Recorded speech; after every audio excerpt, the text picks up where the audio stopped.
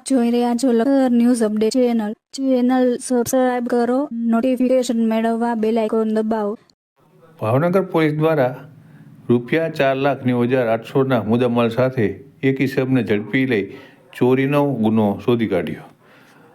Bhavnagar એલસીબીના police constable Vishwajitsinh Jhala તથા પાર્થભાઈ ધોળકિયાને સંયુક્ત રીતે બાતમી મળી હતી કે ગ્રે કલરનું લોઅર તથા અડધી બાયનું ટી શર્ટ પહેરીને એક માણસ વાઘાવાડી વિસ્તારની અંદર શંકાસ્પદ હાલતમાં ઊભો છે. આથી બાતમીવાળી જગ્યાએ જઈ તેને ઝડપી લીધો હતો અને તેની તપાસ કરતાં તેની પાસેથી સોના ચાંદીના દાગીના મળી આવેલા હતા.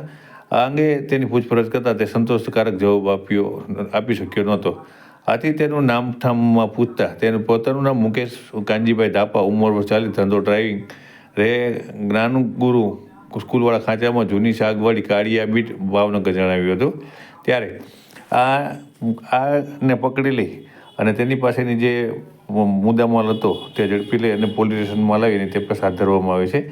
આ ચોરને પકડવા માટે થઈ police inspector KS Patel, police sub inspector Shri BH સિંહ ખારિયા, PB ચેપલિયા, યુસુફ ખાન પઠાણ, અનિરુદ્ધસિંહ ગોહિલ, બાબાભાઈ હરકટ, વિશ્વજીતસિંહ ઝાલા, પાર્થભાઈ ધોળકિયા, એજાજ ખાન પઠાણ દ્વારા કામગીરી કરવામાં આવી હતી. આ જે પકડાયેલ ઈસમ છે તે ઘણા સમયથી ચોરીના ગુનાને અંજામ આપતો હતો. તેની સઘન પૂછપરછ કરતાં હજી પણ વધુ ગુનાઓમાં તે સંડોવાયેલો હોવાની એ ભાવનગર LCBને એક શંકા છે.